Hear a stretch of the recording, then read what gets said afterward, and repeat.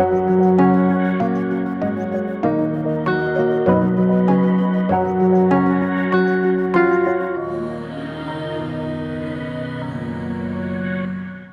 പേര് ആനന്ദവല്ലി. ഞാൻ എറണാകുളം ജില്ലയിൽ പനങ്ങാടുനിന്ന് വരുന്നു.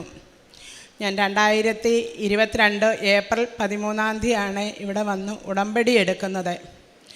ഉടമ്പടി എടുക്കാൻ കാരണം ഞാൻ 10 ലക്ഷം രൂപ കടബാധ്യതയിലാണ് ഞാൻ ഇവിടെ വരുന്നത്. ഇവിടെ വന്നു ഞാൻ പ്രാർത്ഥിച്ചതിന് ശേഷം ഞാൻ ഉടമ്പടി എടുത്തു. ഉടമ്പടി ക്ലാസ് കൂടി ഞാൻ 6 നിയോഗം വെച്ചു. 2022 ഏപ്രിൽ 13 ഉടമ്പടി എടുത്ത് ഞാൻ 6 നിയോഗം വെച്ചതിൽ എനിക്ക് സ്വന്തമായിട്ട് വീടില്ല. ഞാൻ വാടകയ്ക്കായിരുന്നു താമസിക്കുന്നത്. വാടക കൊടുക്കാൻ പോലും നിവർത്തിയില്ലാതിരുന്ന സമയത്ത് ഞാൻ അമ്മയോട് ഉടമ്പടിയിൽ ആദ്യത്തെ നിയോഗം വെച്ചത് എനിക്കൊരു വീടും സ്ഥലവും തരണേ എന്നായിരുന്നു. ഞാൻ ഉടമ്പടി വെച്ചു. വീട്ടിൽ ചെന്നു. ഒരാഴ്ച കഴിഞ്ഞപ്പോൾ എന്നെ പഞ്ചായത്തിൽ നിന്ന് വിളിച്ചു. നിങ്ങളിവിടെ വരെ വരാൻ പറഞ്ഞു. ഞാൻ അവിടെ ചെന്നപ്പോൾ അമ്മയുടെ ഉപ്പും കാശുരൂപവും ഞാൻ പോയത്. ഞാൻ എൻ്റെ സ്വന്തം സ്ഥലം മാവേലിക്കരയാണ്. ഞാൻ അവിടെ ചെന്ന് താമസിക്കാൻ തുടങ്ങിയിട്ട് 20 വർഷം കഴിഞ്ഞായിരുന്നു. അപ്പോൾ എല്ലാവരും അതിന് കൊടുത്തെങ്കിലും എനിക്ക് കിട്ടുമെന്നുള്ള ഒരു പ്രതീക്ഷ എനിക്കില്ലായിരുന്നു. ഞാൻ ഈ ഉപ്പും തേനും അവിടെ കൊണ്ടുവന്നിട്ട് ആ ഉപ്പ് ഞാൻ ആ സെക്രട്ടറിയും പ്രസിഡൻറ്റും ഒക്കെ ഇരുന്നെടുത്ത് ഞാൻ വിതറിയിട്ടാണ് ഞാൻ അവിടെ ഇരുന്നത്. എനിക്ക് അമ്മ അവിടെ 11ാമത്തെ നമ്പറാണ് വീടിനും സ്ഥലത്തിനും തന്നത്. പിറവത്താണെന്ന് പറഞ്ഞു. എന്നാലും എനിക്ക് വിഷമമില്ല. എൻ്റെ അമ്മയുടെ അടുക്കൽ എനിക്ക് ഓടി വരാം. അത്രയും ദൂരവേ എനിക്ക് കൊടുക്കാവൂ. കണ്ണൂരൊന്നും തരില്ലേന്ന് ഞാൻ പ്രാർത്ഥിച്ചു. പിറവത്താണ് എനിക്ക് അനുവദിച്ചേക്കുന്നത്. ആ ഒരു നിയോഗം അമ്മ എനിക്ക് വെച്ചതിൽ എനിക്ക് സാധിച്ചു തന്നതിന് അമ്മയ്ക്കും തിരുകുമാരനും 1000 കോടി നന്ദി. അത് കഴിഞ്ഞു 2ാമത്തെ നിയോഗത്തിൽ ഞാൻ വെച്ചത് എനിക്ക് ഒരു ബിസിനസ് ഉണ്ടായിരുന്നു. ഗോൾഡ് കവറിങ്ങിൻ്റെ കടയായിരുന്നു. അതിനു മുമ്പ് ഞാൻ ഒരു ലേഡീസ് ഹോസ്റ്റൽ നടത്തി 80 പിള്ളേരുള്ളതായിരുന്നു. ആ സമയത്താണ് 3 വർഷം കൊറോണ വന്ന് ഹോസ്റ്റൽ അടച്ചു പൂട്ടിയിടേണ്ട വന്നു. വാടക 40,000 രൂപ വെച്ച് കൊടുക്കേണ്ട വന്നതുകൊണ്ടാണ് ഈ കടബാധ്യത എനിക്ക് വന്നത്. അത് കഴിഞ്ഞപ്പോൾ എനിക്ക് ഒരു ബിസിനസ്സും ഇല്ലാതിരുന്നപ്പോഴായിരുന്നു ഗോൾഡ് കവറിങ്ങിൻ്റെ ഒരു കട എനിക്കുണ്ടായിരുന്നു നിലവിലെ. പക്ഷേ ഞാനത് അവിടെ നിന്ന് മാറണമെന്ന് പറഞ്ഞപ്പോൾ എനിക്ക് അഡ്വാൻസ് കൊടുക്കാൻ ഒരു പൈസയും ഇല്ലായിരുന്നു. ഞാൻ എന്ത് ചെയ്യുമെന്ന് ഓർത്തു. അവിടെ നിന്ന് ഞാൻ ഇവിടെ വന്ന് ഉടമ്പടി വെച്ചതിനകത്ത് ഞാൻ വെച്ചിട്ടുണ്ടായിരുന്നു എനിക്ക് അമ്മ ഒരു ബിസിനസ് ചെയ്യാനുള്ള ഒരു ഇതെനിക്ക് തരണേന്നും പറഞ്ഞു. ഞാൻ ഇവിടെ വന്ന് കരഞ്ഞു പ്രാർത്ഥിച്ചിട്ട് വീട്ടിൽ ചെന്ന് അന്ന് വൈകിട്ട് തന്നെ 2 ബ്രോക്കർമാർ വന്ന് പറഞ്ഞു, നിങ്ങൾക്കൊരു കട നമുക്ക് നോക്കാം പോകാനെന്ന് പറഞ്ഞു. കട നോക്കാൻ പോകാമെന്ന് പറഞ്ഞപ്പോൾ നമുക്ക് അഡ്വാൻസ് ഇല്ലാതെ എങ്ങനെ പോകുമെന്ന് ഓർത്തു. ഞാൻ അവിടെ ഇരുന്ന് കരഞ്ഞിട്ട് എന്തായാലും കടയൊന്ന് പോയി നോക്കാം എന്ന് പറഞ്ഞിട്ട് ഞാൻ അമ്മയുടെ ഉപ്പും തേനും എണ്ണയും എല്ലാം എടുത്ത് എൻ്റെ കൈ പിടിച്ചു കാശുരൂപമായിട്ടാണ് ഞാൻ പോയത്. ഉടമ്പടി തൈലവും നെറ്റിക്ക് കുരിശ് വരച്ചായിട്ടാണ് ഞാൻ പോയത്.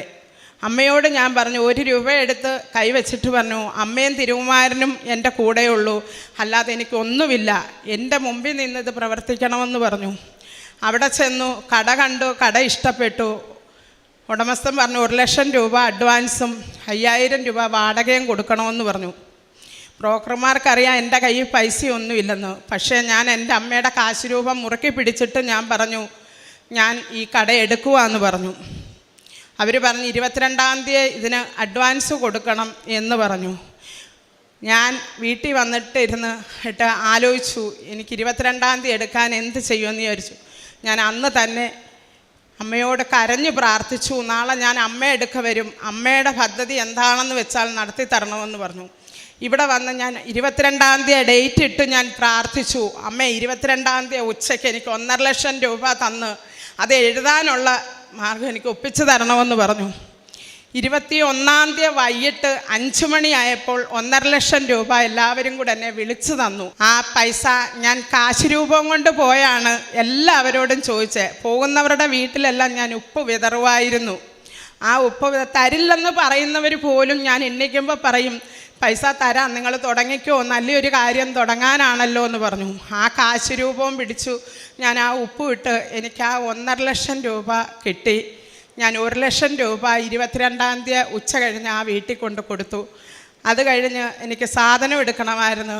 ആ 50,000 രൂപ കൊണ്ടുവന്ന് ഞാൻ സാധനവും എടുത്തിട്ട് ഞാൻ നേരെ വന്ന അമ്മയെ എടുക്കലാണ്. അമ്മേ, ജനുവരി 2-ാം തീയതി എനിക്ക് ഈ കട ഓപ്പൺ ചെയ്യണം, ബാക്കിയെല്ലാം അമ്മ തന്നെ അത് നടത്തി തരണമെന്ന് പറഞ്ഞു. കാരണം ആശാരിമാർക്ക് 22 ദിവസത്തെ തച്ചു കൊടുക്കണമായിരുന്നു. നമ്മൾ ഈ സ്വർണ്ണക്കടയിൽ വെക്കുന്ന പോലെ തന്നെ വേണമല്ലോ വെക്കാൻ. ആ 22 തച്ചിന് കൊടുക്കാനുള്ള പൈസ എൻ്റെ കയ്യിലില്ലായിരുന്നു സാധനം എടുത്തപ്പോൾ.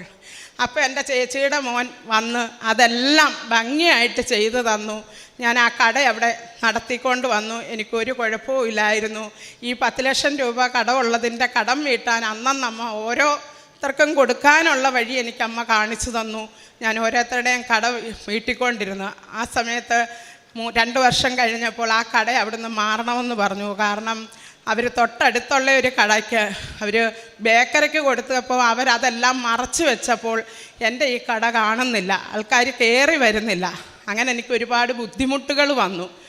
ഞാൻ അമ്മയോട് ഓടി വന്ന് പറഞ്ഞു, അമ്മേ കട മാറണമെന്ന് പറഞ്ഞു, ഞാൻ എന്ത് ചെയ്യും എന്ന് ചോദിച്ചു. ഞാൻ എന്തുണ്ടെങ്കിലും അമ്മയോട് ഞാൻ പറയും, 1 രൂപയുള്ളതിലും ഞാൻ അമ്മയോട് പറയും, അമ്മയും തിരുകുമാരനും ഉണ്ട് 1 രൂപയുള്ളെന്ന് പറയും. എൻ്റെ കടയിരിക്കുന്ന സ്റ്റാഫുകൾ വരെ എന്നെ കളിയാക്കും, 1 രൂപയുണ്ട് അമ്മയുണ്ട് തിരുകുമാരനും.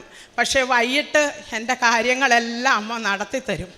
ഈ കട ഒഴിയണമെന്ന് പറഞ്ഞപ്പം ലക്ഷോർ ഹോസ്പിറ്റലിൻ്റെ അവിടെ ഹൈവേയിലാണ്. അവിടെ 5 ലക്ഷം 6 ലക്ഷം രൂപ കൊടുത്തെങ്കിലേ നമുക്കൊരു കട കിട്ടത്തുള്ളൂ.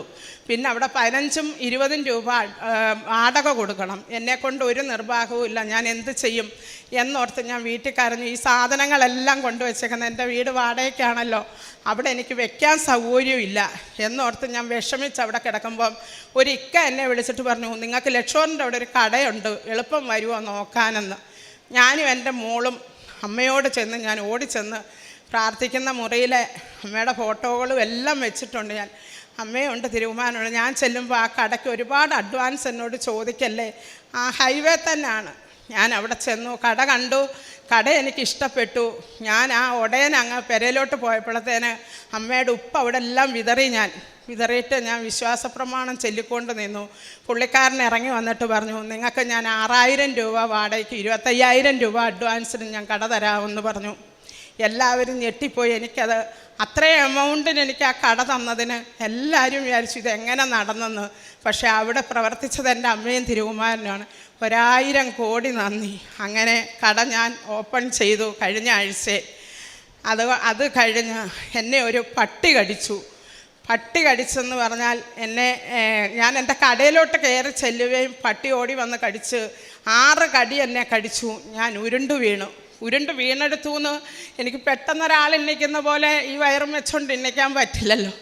ഞാൻ ആ വീഴ്ചയെ പറഞ്ഞു, ഞാൻ എന്തിനാണ് പേടിക്കുന്നത്, എൻ്റെ അമ്മയുടെ ഉടമ്പടിയാണല്ലോ എൻ്റെ തലയിലുള്ളത്, ഞാൻ പേടിക്കേണ്ട ആവശ്യമില്ലല്ലോ എന്ന് പറഞ്ഞു. ഞാൻ പെട്ടെന്ന് തന്നെ ചാടി എണ്ണീറ്റു, ബാത്റൂമിൽ പോയി സോപ്പിട്ട് കഴുകി. അന്നേരം കണ്ട ബ്ലഡ് അല്ലാതെ പിന്നെ ഞാൻ കണ്ടില്ല. എറണാകുളം ആശുപത്രിയിലേക്ക് പോയി. ഉടുത്ത വസ്ത്രമല്ലാതെ എൻ്റെ കയ്യിൽ 1 രൂപയും ഇല്ലായിരുന്നു. ഓട്ടോക്കാരൻ അവിടെ കൊണ്ടുവന്ന് കഴിഞ്ഞപ്പോൾ ഞാൻ നോക്കിയപ്പോൾ 13 പേരെ ആ പട്ടി കടിച്ചു. അവിടെ കൊണ്ടുവന്നവരുടെ എല്ലാം ദശ കടിച്ചു പറിച്ച് ബ്ലഡ് ഇങ്ങനെ ഒഴുകുവാണ്. എനിക്ക് മാത്രം അന്നേരം ആ കണ്ട ബ്ലഡ് അല്ലാതെ പിന്നെ എനിക്ക് കണ്ടില്ല. അവിടെ പറഞ്ഞു, അവിടെ 4,000 രൂപ വീതം എല്ലാവരും ഇഞ്ചക്ഷൻ അടയ്ക്കണമെന്ന് പറഞ്ഞു. എനിക്ക് ഷുഗർ 500 കൂടുതലുണ്ട്. അപ്പോൾ എൻ്റെ കൂടെ വന്ന കടയിരുന്ന കുട്ടി പറഞ്ഞു, എന്ത് ചെയ്യുമെന്ന് പറഞ്ഞു. ഞാൻ പറഞ്ഞു, നീ വിഷമിക്കണ്ട, അമ്മ എൻ്റെ കൂടെ ഉണ്ടെന്ന് പറഞ്ഞു. ഞാൻ അതിനകത്ത് കയറി ചെന്ന് പറഞ്ഞു, ചേച്ചിക്ക് ഇഞ്ചക്ഷൻ ഫ്രീ ആണെന്ന് പറഞ്ഞു. ഞാൻ 6 ഇഞ്ചക്ഷൻ എടുത്തു. ഞാൻ 1 രൂപ പോലും അവിടെ മുടക്കിയില്ല. അത് കഴിഞ്ഞ് വന്ന് ഞാൻ അവിടെ ജപമാല റാലി ആയിരുന്നു 28ാമത്തെ. അതിന് പോകണമല്ലോ എന്നോർത്ത് അന്ന് 13ാമത്തെ ഇഞ്ചക്ഷൻ എടുക്കണം. എന്ത് ചെയ്യുമെന്നോർത്ത് തലേന്ന് ഞാൻ ചെന്ന് പറഞ്ഞു, എനിക്ക് നാളെ ജപമാല റാലിക്ക് പോകണം. അപ്പോൾ അവർ ചോദിച്ചു, ഈ ഇഞ്ചക്ഷൻ എടുത്തിട്ട് ചേച്ചി എങ്ങനെ നടക്കുമെന്ന് പറഞ്ഞു. ഞാൻ പറഞ്ഞു, ഞാൻ പോയിരിക്കുമെന്ന് പറഞ്ഞു. അവർ അന്ന് തന്നെ എനിക്ക് ഇഞ്ചക്ഷൻ എടുത്തു. ഞാൻ ഇവിടെ വന്നു അമ്മയെ എടുക്കാൻ ഞാൻ പോയി. നടന്നു പോയിട്ട് എനിക്കൊരു പ്രശ്നവും ഉണ്ടായില്ല. അങ്ങനെ എൻ്റെ അമ്മ ഒരുപാട് ചെറിയ കാര്യങ്ങളും വലിയ അനുഗ്രഹങ്ങളും എനിക്ക് വാരിക്കോരി ചെരിയുന്നുണ്ട്. കടയിലാണേലും രാവിലെ പോകുമ്പോൾ കടക്കാർക്ക് കൊടുക്കണമല്ലോ എന്ന് ഞാൻ വിഷമിച്ചിരിക്കും. 1 രൂപ എടുത്താന്നേലും ഞാൻ പറയും, അമ്മേ ഞാൻ ഇന്ന് പോവാണ്, അമ്മയും തിരുകുമാരനും എനിക്കിത് നടത്തി തരണമെന്ന് പറയും. കടക്കാരാണേലും എന്നോട് പറയും, സമാധാനത്തിൽ തന്നാൽ മതി, വിഷമിക്കണ്ട, നിങ്ങൾ ആദ്യം കയറണ്ട, ഒരാഴ്ചയിൽ 15,000 രൂപ ഞാൻ ചിട്ടിക്ക് തന്നെ വെറുക്കണമായിരുന്നു. ഒരാളെ കൊണ്ട് നടക്കില്ല. എൻ്റെ വീട്ടിലൊരാണുങ്ങളില്ല, ഞാൻ മാത്രമാണ് താമസം. ഈ 15,000 രൂപ കൊടുത്തില്ലെങ്കിൽ ചിട്ടിക്കാരും പോവില്ലല്ലോ. ഞാൻ എൻ്റെ പേരിലാണെങ്കിൽ എനിക്കില്ലെന്ന് ഞാൻ പറയാം, പലരുടെ പേരിലായിട്ടെടുത്ത ചിട്ടികളാണ്. എന്നാലും ആ 15,000 രൂപ ഞാൻ സന്ധ്യയ്ക്ക് മുമ്പേ വെച്ച് കഴിയും. പക്ഷെ എൻ്റെ കൂടെ ഉള്ളവർ ചോദിക്കും നിങ്ങൾ എങ്ങനെ വെച്ച്, ഏത് രീതിയിൽ വെച്ചെന്ന്. പക്ഷേ അതെല്ലാം എൻ്റെ അമ്മയും തിരുകുമാരനും എനിക്കത് സാധിച്ചു തരും. ഞാൻ ഒന്ന് കരഞ്ഞാൽ മതി, ഞാൻ പറയും ഒരു കയ്യിൽ അമ്മയും ഒരു കയ്യിൽ തിരുകുമാരനും എൻ്റെ കയ്യിലിരിക്കുന്നത്, ആരുടെയും മുമ്പിൽ ഞാൻ ലജ്ഞിക്കാൻ ഇടവരരുതെന്ന് പറയും. പക്ഷേ ഞാൻ ആരുടെയും മുമ്പിൽ ലജ്ഞിക്കാതെ ഞാനതെല്ലാം കൊടുക്കാൻ അമ്മയാണ്. ആ 15,000 രൂപ ഞാൻ കൊടുത്തോണ്ടിരുന്നെടുത്ത് ഇപ്പം എനിക്ക് ചിട്ടിക്ക്, ഇന്നൊരു ദിവസത്തെ ചിട്ടിക്ക് എനിക്ക് 350 രൂപ മതി. അടുത്ത വ്യാഴാഴ്ച എനിക്ക് 2,000 രൂപ മതി. അങ്ങനെ ആക്കി തന്നു. അതും അടുത്ത ആഴ്ച ഈ 350 രൂപയുടെ ചിട്ടിയും തീരും. അതുപോലെ അമ്മ എനിക്ക് ചെറിയതായാലും വലുതായാലും അമ്മ എനിക്ക് വാരിക്കോരി തരുന്നുണ്ട്. പിന്നെ എന്നെ ഞാൻ ഈ പത്രം കൊടുക്കാൻ ചെല്ലുമ്പോഴും എല്ലാവരും കളിയാക്കും. ഞാൻ എല്ലാ ആഴ്ചയും ഇവിടെ വരും. എത്ര എനിക്ക് ബുദ്ധിമുട്ടാണേലും എനിക്ക് ഈ ഹോം നേഴ്സിൻ്റെ ഉണ്ട്. അപ്പോൾ അവിടെ വരുന്ന സ്റ്റാഫുകളെ എല്ലാം ഞാൻ ബുദ്ധിമുട്ടൊന്നും നോക്കില്ല. അവരുടെ എല്ലാം വണ്ടിക്കൂലി അറിഞ്ഞാന്നേലും എല്ലാം ഞാൻ അവരെ ഇവിടെ കൊണ്ടുവന്ന് ഉടമ്പടി എടുക്കേണ്ടവരെ ഉടമ്പടി എടുപ്പിക്കും, അല്ലാതെ വരുന്നവരെ ഞാൻ കൊണ്ടുവരും. അങ്ങനെ പത്രം കൊടുക്കാൻ ചെല്ലുമ്പം ചുറ്റുവട്ടത്തെല്ലാം മുസ്ലിങ്ങളാണ്. അവരെന്നോട് പറഞ്ഞു കടയെ അങ്ങ് പള്ളിയാക്കിയില്ലേ, കൃപാസനമൊന്നാക്കിയല്ലോ എന്ന് പറഞ്ഞു. ഞാൻ പറഞ്ഞു അങ്ങനെ തന്നെ ആണെന്ന് പറഞ്ഞു. പക്ഷെ അവരെല്ലാം ഇപ്പോൾ ഓരോ അസുഖം വരുമ്പോഴും എൻ്റെ അടുക്ക വന്നിട്ട് ഒന്ന് പ്രാർത്ഥിക്ക്, അമ്മയുടെ ആ ഉടമ്പടി തൈലം ഒന്ന് തരുമോ എന്ന് ചോദിച്ചു. ഒരിക്കൽ എന്നെ ഒരുപാട് കളിയാക്കിയായിരുന്നു. പക്ഷേ ഷുഗർ വന്ന് കാല് പഴുത്തു പോയി. അപ്പോൾ അതും കൊണ്ട് വന്നപ്പോൾ ഞാൻ ഈ ഉടമ്പടി തൈലം എടുത്ത് വിശ്വാസപ്രമാണം ചൊല്ലി ഞാൻ ആ കാലയിൽ ഒഴിച്ചു കൊടുത്തു. പിറ്റേന്ന് ചൂട്ട് കരിയുന്ന പോലെ അങ്ങ് കരിഞ്ഞു. പുള്ളി ആ മുസ്ലിങ്ങളുടെ വീട്ടിലെല്ലാം ചെന്ന് പറഞ്ഞു ഇന്നതുപോലാണ് ആ ചേച്ചി പ്രാർത്ഥിക്കാൻ പോയതിന് ഞാൻ കളിയാക്കി. ഇപ്പം അയാളുടെ അളിയനും ഭാര്യയും അളിയന്മാരുടെ ഭാര്യമാരും എല്ലാം എൻ്റെ അടുക്ക വരും, പൈസ തന്നു വിടും. അതിലൊരു കുട്ടി ഇവിടെ വന്ന് ഇവിടെ എന്ത് വേണേലും നടത്താമെന്നും പറഞ്ഞ് ഇവിടെ വന്ന് പുറത്തിരിക്കുന്നവർക്കെല്ലാം ചോറ് മേടിച്ചു കൊടുത്തു. ഇവിടെ അമ്മയ്ക്ക് കാണിക്ക എല്ലാം ഇട്ടിട്ട് പോയി. ആ കുട്ടി എന്നോട് പറഞ്ഞു ചേച്ചി എല്ലാ ആഴ്ചയും കൃപാസനത്തിൽ പോകാൻ ഒരുങ്ങിക്കോ, വണ്ടിക്കൂലി ഞാൻ തന്നോളാന്ന് പറയും. ഒരാഴ്ച ഞാനിവിടെ വരുന്നില്ലെന്ന് പറയുമ്പോൾ ആ കുട്ടി എന്നെ രാവിലെ വിളിക്കും, കൃപാസനത്തിൽ പോയില്ലേന്ന് ചോദിക്കും. എന്നിട്ട് എനിക്ക് 200-300 രൂപ എനിക്ക് ഇട്ട് തരും. അതിനെല്ലാ ആഴ്ചയും വരാൻ പറ്റത്തില്ലല്ലോ, ചേച്ചി പോയിക്കോളാൻ പറയും. എനിക്ക് പറ്റുമ്പോഴെല്ലാം ഓടി വരും, കാരണം എനിക്ക് വലിയ ദൂരമില്ല എറണാകുളത്തു നിന്ന് ഇവിടെ വരാൻ. ഞാൻ കഴിഞ്ഞ ആഴ്ചയാണെങ്കിൽ എനിക്ക് ഉച്ച കഴിഞ്ഞേ വരാൻ പറ്റുള്ളൂ. എന്നാലും ഞാൻ 6:30 കുർബാന കൂടി വെച്ച് ഞാൻ 8:30 ഇവിടുന്ന് പോയെ. അങ്ങനെയെല്ലാം മെനഞ്ഞാന്നും ഞാനിവിടെ വന്നു. ഇന്ന് ഞാൻ വീട്ടിൽ നിന്ന് ഇറങ്ങിയിട്ട് ഞാൻ കരഞ്ഞുകൊണ്ട് പറഞ്ഞു അമ്മേ, ഞാൻ പല പ്രാവശ്യവും ചെന്ന് സാക്ഷ്യം പറയാനൊക്കെ ഉണ്ട്. അപ്പോഴെല്ലാം എനിക്ക് അടുത്ത പ്രാവശ്യം പറഞ്ഞാൽ മതി എന്നും പറഞ്ഞ് വിട്ടു. ഞാൻ അവിടെ നിന്ന് ഇവിടെ വന്നിട്ട് ഇവിടെ സാക്ഷ്യം പറയാൻ എന്നെ വിളിച്ചു. സംസാരിച്ചപ്പം സിസ്റ്റർ പറഞ്ഞു ചേച്ചിക്ക് സാക്ഷ്യം പറയാൻ പറ്റുന്നില്ല, എങ്ങനെ പറയും ഇങ്ങനെ. അപ്പോൾ എനിക്ക് ഈ ഷുഗറിൻ്റെ കൊണ്ടായിരിക്കും എനിക്ക് പറയാൻ പറ്റുന്നില്ലായിരുന്നു. അപ്പോൾ സിസ്റ്റർ എന്നോട് പറഞ്ഞു ഇപ്പം പറയാൻ പറ്റുമോ ചേച്ചി, അവിടെ നിന്ന് കുറേ നേരം പ്രാർത്ഥിക്കുമെന്ന് പറഞ്ഞു. ഞാൻ അങ്ങനെ പ്രാർത്ഥിച്ചുകൊണ്ടിരുന്നപ്പോൾ എൻ്റെ മനസ്സ് പറയുക അച്ഛനെ ഒന്ന് കാണാൻ പറ്റുമെങ്കിൽ ഒന്ന് കാണാമല്ലോ എന്ന് വിചാരിച്ചു. ഞാൻ ഓടി അവിടെ ചെന്നപ്പോൾ അവർ പറഞ്ഞു ചേച്ചി പ്രൂഫില്ലാതെ കാണാൻ പറ്റില്ലെന്ന് പറഞ്ഞു. ഞാൻ അവിടെ നിന്ന് വിഷമിച്ചു. എന്ത് ചെയ്യുമെന്ന് വിചാരിച്ചപ്പം എൻ്റെ കടയിലെ കുട്ടി എൻ്റെ കടയുടെ ഫോട്ടോ എളുപ്പം എടുത്തിട്ട് തന്നു. ഞാൻ അതിൻ്റെ കോപ്പി എടുത്ത് ഇവിടെ കൊണ്ടുവന്ന് കാണിച്ച് അവരെനിക്ക് എഴുതി തന്നു. അച്ഛനെ കാണാനുള്ള ഭാഗ്യവും എനിക്കുണ്ടായി. സിസ്റ്ററിനോട് ചോദിച്ചു ഇന്ന് പറയുന്നു എന്ന് ചോദിച്ചപ്പോൾ ഞാൻ പറഞ്ഞില്ല, 1 മാസം ഞാനിത് പഠിച്ചിട്ട് വന്ന് ഇവിടെ പറയാം, അല്ലാതെ എനിക്ക് പറ്റില്ലെന്ന് പറഞ്ഞു. അങ്ങനെ ഞാൻ പോകാൻ നേരം ഞാൻ പ്രാർത്ഥിച്ചിട്ട് പോകാമെന്ന് ഇരുന്നപ്പോൾ അച്ഛൻ എന്നെ വിളിച്ചിട്ട് പറഞ്ഞു ചേച്ചി വന്നിട്ട് എന്നോടൊന്ന് സാക്ഷ്യം സംസാരിക്കാൻ പറ്റും. ഞാൻ അങ്ങനെ പറഞ്ഞപ്പോൾ എന്നോട് പറഞ്ഞു ചേച്ചിക്ക് ഇന്ന് തന്നെ പറയാൻ പറ്റും, പറഞ്ഞിട്ട് പോയാൽ മതി എന്ന് പറഞ്ഞു. അപ്പം ഞാൻ പറഞ്ഞു ഇല്ല, ഞാൻ 1 മാസം കഴിഞ്ഞേ പോകത്തുള്ളെന്ന് പറഞ്ഞു. ഇല്ല, ഇന്ന് സാക്ഷ്യം പറഞ്ഞിട്ടേ ഇവിടുന്ന് വിടത്തുള്ളെന്ന് പറഞ്ഞു. ആ അനുഗ്രഹവും എനിക്ക് അമ്മ മാതാവും തിരുമാരനും തന്നതിൽ 1000 കോടി നന്ദി. അത് കഴിഞ്ഞ് ഞാൻ അവിടെ എല്ലായിടവും കൊണ്ടുവന്ന് പത്രം വിതരണം ചെയ്യും. എല്ലാ ആഴ്ചയും എനിക്ക് പറ്റുന്നെങ്കിൽ പൊതിച്ചോറ് കെട്ടി ഞാൻ എല്ലായിടവും കൊണ്ട് കൊടുക്കും. 40 അമ്മമാരുള്ള ഒരു ഓടയൻ ഹോം ഉണ്ട് പനങ്ങാട്. അവിടെ എനിക്ക് പറ്റുമ്പോഴെല്ലാം ഞാൻ ചോറ് കൊണ്ട് കൊടുക്കും. അരുക്കുറ്റിയിൽ ആശുപത്രിയിലും എറണാകുളത്ത് ആശുപത്രിയിലും പൊതിച്ചോറും കൊണ്ട് പോയി അവരുടെ കൂടെ കുറേ നേരം ഇരുന്ന് സംസാരിച്ചിട്ടേ ഞാൻ വരുത്തുള്ളൂ. അങ്ങനെയൊക്കെ 3:30 ഞാൻ വീട്ടിൽ എഴുന്നേൽക്കണം. ഷുഗറും പ്രഷറും കൊളസ്ട്രോളും എല്ലാം ഉണ്ട്.